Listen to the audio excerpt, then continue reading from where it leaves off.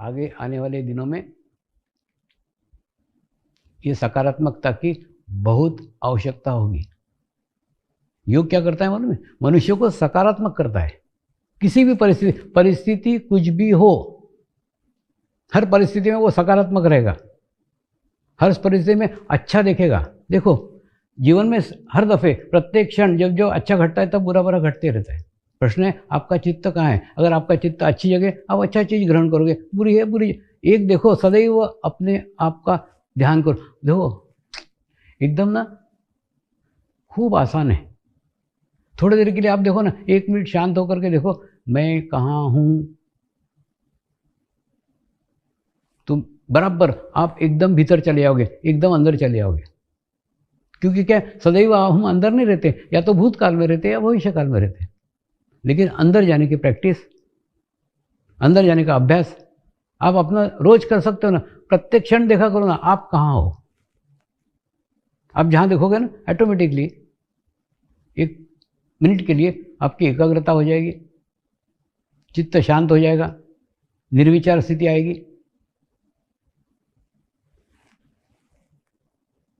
ध्यान ध्यान ध्यान कुछ नहीं है। वर्तमान में रहना, प्रेजेंट में रहना ध्यान है। आप कितना वर्तमान काल में रहते हो, कितना प्रेजेंट में रहते हो, वही ध्यान है। वो जितना आप अभ्यास करोगे, जितनी आप प्रैक्टिस करोगे, उतना ही वर्तमान में रहना धीरे धीरे धीरे धीरे धीरे धीरे सीख जाओगे। और जितने वर्तमान में रहोगे, उतना ही आपके भीतर से, उतना ही आपके अंदर से अनुभूति का ज्ञान प्राप्त होना प्रारंभ हो जाएगा।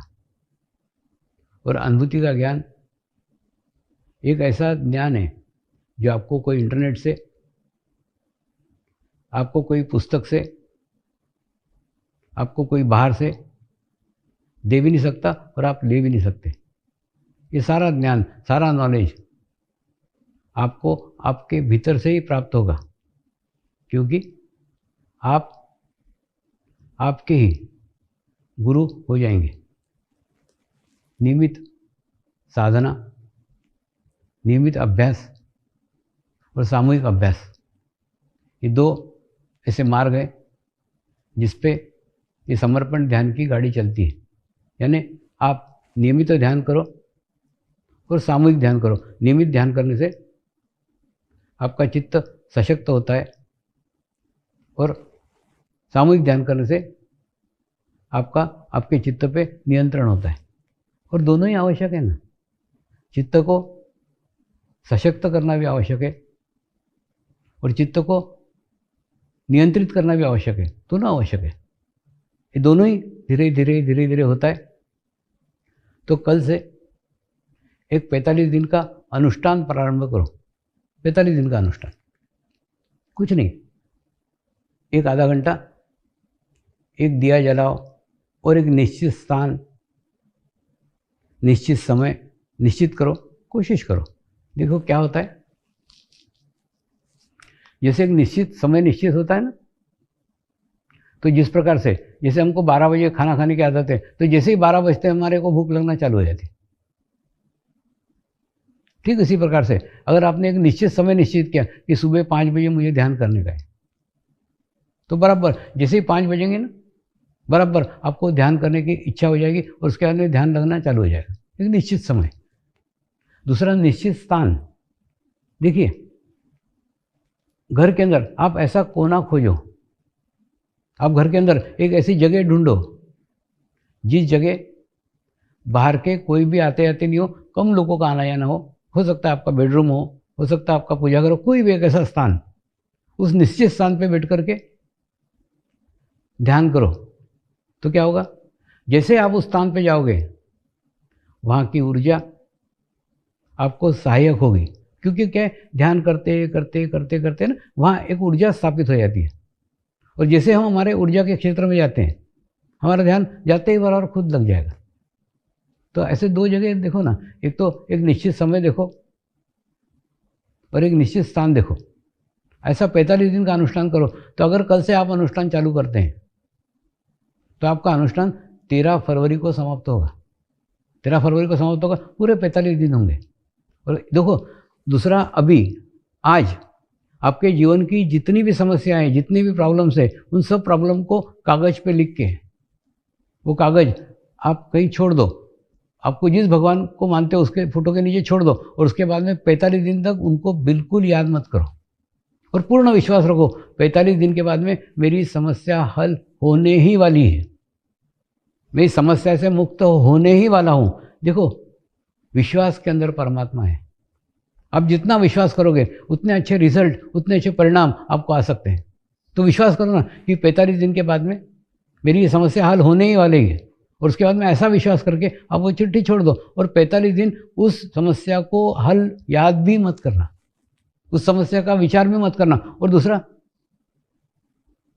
आप सौंप दो ना, आपने परमात्मा को सौंपा है, आपने परमेश्वर को सौंपा है।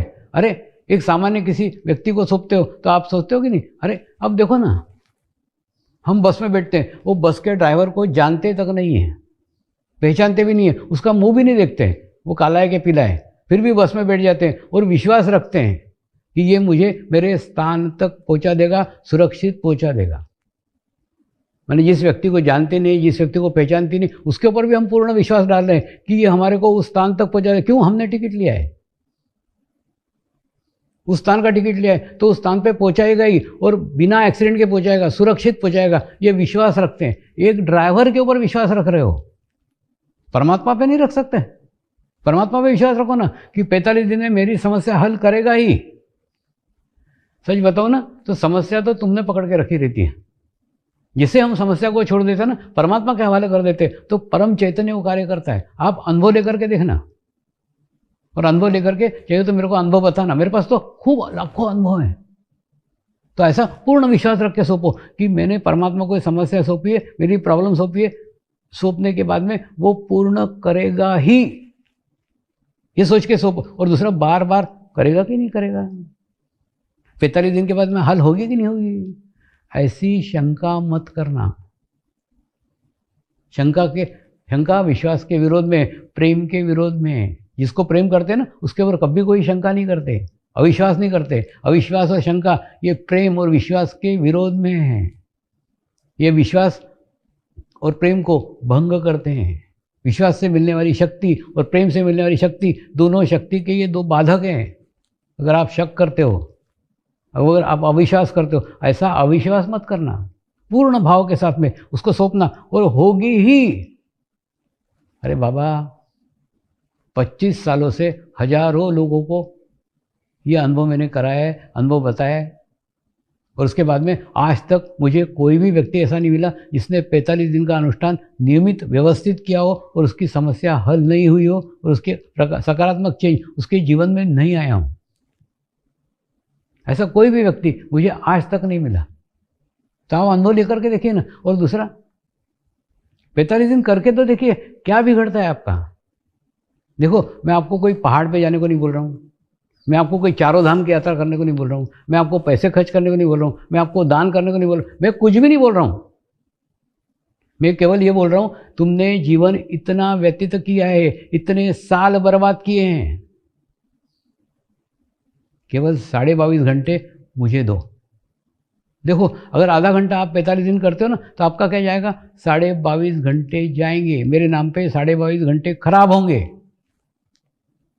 लेकिन ये याद रखो, 22.5 घंटे के बाद में आपकी दुनिया बदल सकती है, आपका जीवन में सकारात्मक चेंज आ सकता है, सकारात्मक बदलाव आ सकता है।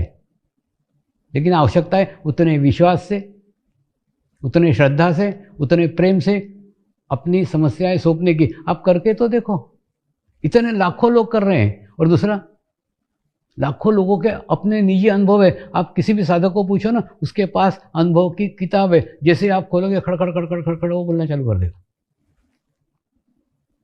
अनुभूतियां हैं, आप करके देखो। और 45 दिन करने के बाद में आप भी एक सकारात्मक स्थिति में जाओगे, बीज से वृक्ष बन जाओगे। तो ऐसा 45। और दूसरा, ये 45 दिन में कोई ढिंडोरा पीटने की जरूरत नहीं। 45 दिन में आप क्या कर रहे हो किसी को बताने की जरूरत नहीं। और उसके बाद में शिविर के बारे में आप छोड़ दो, आज शिविर खत्म हो गया, आज से शिविर की चर्चा बंद कर दो।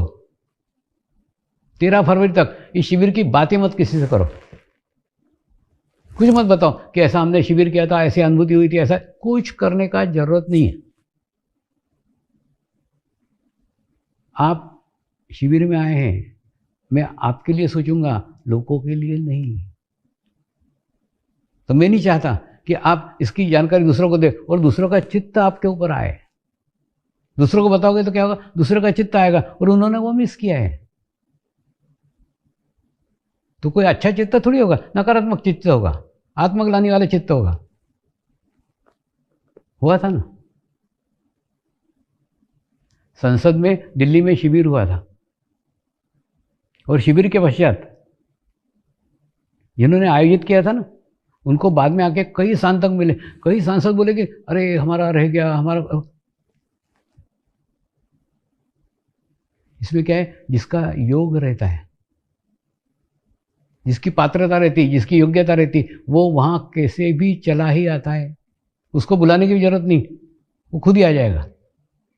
और जब योग्य नहीं हो तो नहीं जा पाते, जब तक समय नहीं आता, जब तक कुछ नहीं हो सकता। तो इसलिए उनका समय नहीं आया, वो नहीं है। आप अब मत बताओ, अब आपकी एकाग्रता केवल अपने तक सीमित रखो और नियमित ध्यान करो, 45 दिन तक नियमित ध्यान करो। अगर समय सुबह कभी मिस हो गया, नहीं कर पाए, तो शाम को, लेकिन खंडित मत होने देना। और सपोज कभी किसी दिन, मान लो 45 दिन में किसी दिन खंडित हो गए, नहीं कर पाए,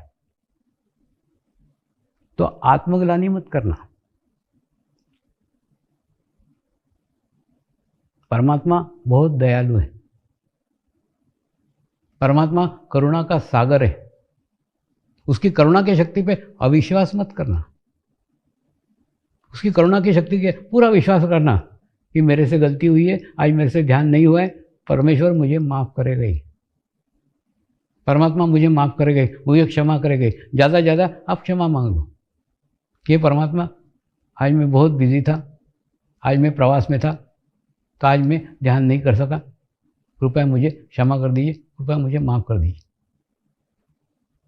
और क्षमा के शक्ति पे विश्वास रखिए। परमात्मा करुणा का सागर है, वो आपके सब गलतियों को क्षमा करेगा। मनुष्य की ना एक बड़ी तकलीफ है बड़ी परेशानी है कि मनुष्य ना दुनिया को क्षमा कर सकता है, अपने आप को नहीं क्षमा कर सकता। कई लोग हैं, दुनिया को क्षमा कर देंगे, दुनिया को झेल लेंगे, चलो हो गया हो गया हो गया, चल छोड़, अपने को नहीं क्षमा करेंगे। अरे ठीक है ना, जैसे आप दूसरे को क्षमा करो वैसे अपने आप को भी क्षमा करो ना। अपने आप को क्यों कोसते रहते हो, मेरे कारण ऐसा हुआ, मैंने ऐसा, कुछ नहीं हुआ, भूल जाओ ना उसको, वो पास्ट है, जो हो गया वो पास्ट है, वर्तमान में रहो ना। और अपने को कोसते, और दूसरा जो आदमी अपनी खुद की नज़र में गिरा हुआ है, वो दुनिया की नज़र में क्या उठेगा। तो तुम्हारी नज़र में गिरे हो, अरे मैं पापी हूँ, मैं बुरा हूँ, मेरे से ये हो गया, किसी से कुछ नहीं हुआ, सब भूल जाओ। क्योंकि उसको याद करोगे ना तो कभी भी आगे प्रगति नहीं कर सकते ना। कितने भी पाप किए हो, कितने भी बुरे कर्म तुमने तुम्हारे जीवन में किए हो, सब भूल जाओ। एक ही याद रखो कि मेरे को मेरे जीवन में वो माँ बाप मिले जिस माँ बाप के कारण मैं आत्म साक्षात्कार की ऊर्जा ग्रहण कर सका। मेरे को वो महाशिविर मिला जिस महाशिविर में मुझे अनुभूति प्राप्त हुई। उसके बाद में इस समय को धन्यवाद दो। आज पूर्णिमा का दिन है और पूर्णिमा के दिन मेरे शिविर का समापन हुआ। कितने अच्छे दिन थे, कितना अच्छा शिविर था, कितने अच्छे मेरे माँ बाप थे। इन सब बातों को याद करो ना। जो पॉजिटिव है, जो अच्छा है, उसको याद करो। जो पाप किए, जो बुरे कर्म किए, सब भूल जाओ ना। क्योंकि उनको याद करोगे तो कोई प्रगति नहीं होने वाली है, कोई प्रोग्रेस नहीं होने वाला है। ध्यान करो, मेडिटेशन करो, ये सब बातें छूट जाएगी। मुझे मालूम है कई कैदी भी जेल से ये शिविर देख रहे हैं, लेकिन याद रखो सब जने बंदीवान है ना, तुम उस जेल में बंद हो, हम इस शरीर के जेल में बंद है। प्रत्येक जन बंद ही है ना, कोई शरीर में बंद है, कोई जेल में बंद, कुछ फर्क नहीं पड़ता। तो आप आपने जो जीवन में अपराध किए भूल जाओ उनको, जो घटनाएं घटी भूल जाओ। लेकिन आज आपने जेल में रहते हुए आहा शिविर किया, जेल में रह के भी आत्म साक्षात्कार मिला। हो सकता है अगर आप जेल में नहीं आते तो आत्म साक्षात्कार नहीं मिलता। आप भी कहीं बाजार में घूमते रहते, आप भी कहीं व्यवसाय में बिजी रहते, आप भी कहीं दुनिया के अंदर खोए रहते हैं। आप जेल में हो इसलिए महाशिविर मिला, जेल में हो इसलिए आत्म साक्षात्कार मिला। कितनी बड़ी घटना, कितना बड़ा आयोजन परमात्मा का है कि आपको जेल में डाला। अरे बाबा, आपको जेल में नहीं डालते तो आत्म साक्षात्कार मिलता क्या? आपको इस जेल में आत्म साक्षात्कार मिलने वाला था, इसीलिए आपको जेल आना पड़ा। कितना अच्छा सुअवसर। जेल में भी सकारात्मक देखो ना। इस जेल में आकर के आपको कितनी अच्छी चीज़ें मिली, कितनी बहुमूल्य चीज़ मिली है जो दुनिया में घूम करके भी नहीं मिलती। और आपको समय है, आपको टाइम है, आपके जीवन का जो अच्छा समय है उसको ध्यान में लगाओ ना, मेडिटेशन में लगाओ। और जो जीवन में सकारात्मक मिला आप उसके तरफ चित्त रखो। सकारात्मकता में जीना यही योग का मुख्य उद्देश्य है। जैसे कि हम देखते हैं ना, खोटे सिक्के मंदिर में चलते हैं। मैं जो बाजार में सिक्के नहीं चल रहे, लोग जाके मंदिर में डाल के आते हैं, वहाँ कौन रोकेगा? बिल्कुल ठीक ऐसा ही समर्पण ध्यान में भी खोटे सिक्के चलते हैं जो व्यवहार में कभी नहीं चले हो, बाजार में कभी नहीं चले हो, बाजार में असफल हुए हो, जीवन में असफल हुए हो, लेकिन वो सिक्के समर्पण ध्यान में चलते हैं। वो कैसे चलते हैं मैं बताता हूँ। देखिए, जैसे समझ लो एक व्यापारी है, उस व्यापारी के लड़के ने कोई धंधा किया, क्योंकि क्या व्यापारी का लड़का धंधा ही करेगा, तो वो धंधा किया, उसके बाद में वो असफल हुआ, असफल होकर के वो यहाँ गिरा। उसके बाद में फिर दूसरा धंधा किया, दूसरा धंधा करने के बाद में फिर यहाँ गिरा, फिर तीसरा धंधा किया, फिर तीसरा धंधा करने के बाद में यहाँ गिरा। क्यों? क्योंकि जैसे जैसे असफल होते जाता ना, वैसे असफलता का बोझ, असफलता की शक्ति उसके ऊपर इतनी भारी हो जाती है कि वो जैसे ही ऊपर उठने का कोशिश करता है, फोर्स से फिर और नीचे आ जाता है। जैसे ऊपर उठने का कोशिश करता है फिर नीचे आ जाता है। यानी कोई भी धंधा ऊपर करने का कोशिश करता है, फिर वो गिरने का फोर्स उसको नीचे लाता ही है। आपने समाज में ऐसे कई व्यक्ति होंगे, वो कई धंधे करते हैं, हर धंधे के अंदर चोट, हर धंधे में नुकसान। बाद में आके उसके घर के लोग बोलते, बाबा एक काम कर, तू घर पे बैठे बैठे रोटी तोड़, तू धंधा मत करे, क्योंकि हर धंधे में खोट आ रही ना, हर धंधे में नुकसान हो रहा है। तो ऐसे अगर व्यक्ति आप हैं, अगर ऐसे व्यक्ति आप हैं कि आप जीवन में सब जगह असफल हो गए हो, कोई भी धंधा करने जाते हो तो नुकसान ही हो रहा है, कोई भी काम करने जाते हो बिगड़ता ही है, ऐसे व्यक्ति अगर आप हो तो आपके लिए समर्पण ध्यान एक अच्छा स्वर्णिम अवसर है। तो ऐसे लोगों ने क्या करना चाहिए? पहली बात तो कोई भी कार्य करने का अप्रयास ही मत करो, क्योंकि क्या होता है मालूम है, एक जगह है, एक स्थान है, इस स्थान से जैसे आप प्रयास करते हो तो इस स्थान को छोड़ देते हो, ऊपर जाने की कोशिश करते हो, और ऊपर से गिरने वाला फोर्स इतना है कि वो आपको नीचे गिरा देते हैं। तो पहले क्या करना पड़ेगा? सारे प्रयास बंद कर दो। 45 दिन तक सारे प्रयास बंद कर दो, कोई भी प्रयास करो ही मत, सब प्रयास बंद कर दो। और बंद करने के बाद में कुछ नहीं, 45 दिन एकदम पूर्ण भाव के साथ, पूर्ण विश्वास के साथ अनुष्ठान करो। और उसके बाद में फिर आपके अंदर क्या चेंज आएगा, आपके अंदर क्या बदलाव आएगा, आपको बताता हूँ। क्या होगा मालूम है? जैसे आपने इस स्थान से ऊपर उठने का प्रयास ही नहीं किया तो इस स्थान से नीचे गिरोगे नहीं, एक। उसके बाद में जब आप ध्यान करोगे, मेडिटेशन करोगे, तो विश्व के अच्छे सफल व्यक्तियों के साथ, ध्यान के साथ आप जुड़ जाओगे। आपको यहाँ पे अभी अपनी स्थिति मजबूत करने की, स्ट्रांग करने की, अभी ऊपर चढ़ने का प्रयत्न ही नहीं करने का है। तो जब जुड़ जाओगे, अच्छी सामूहिकता के साथ जुड़ जाओगे, अच्छी कलेक्टिविटी के साथ जुड़ जाओगे, तो सारे सफल व्यक्ति हैं, ये दुनिया के सक्सेसफुल व्यक्ति हैं, सफल व्यक्ति हैं, ध्यान में प्रगति किए हुए हैं, व्यवसाय में प्रगति किए हुए हैं, नौकरी में प्रगति हुए, ऐसे प्रगतिशील लोगों की सामूहिकता के साथ आप जुड़ जाओगे। तो आप चाहो न चाहो, वो आपकी प्रगति ऊपर की ओर कर ही देंगे। आपकी योग्यता हो न योग्यता हो, आपकी प्रगति होगी ही। मैंने बताया ना, 4 घोड़ों की गाड़ी 3 घोड़े खींच के स्टेशन पहुंचा ही देंगे। और ऐसे कई अनुभव हैं।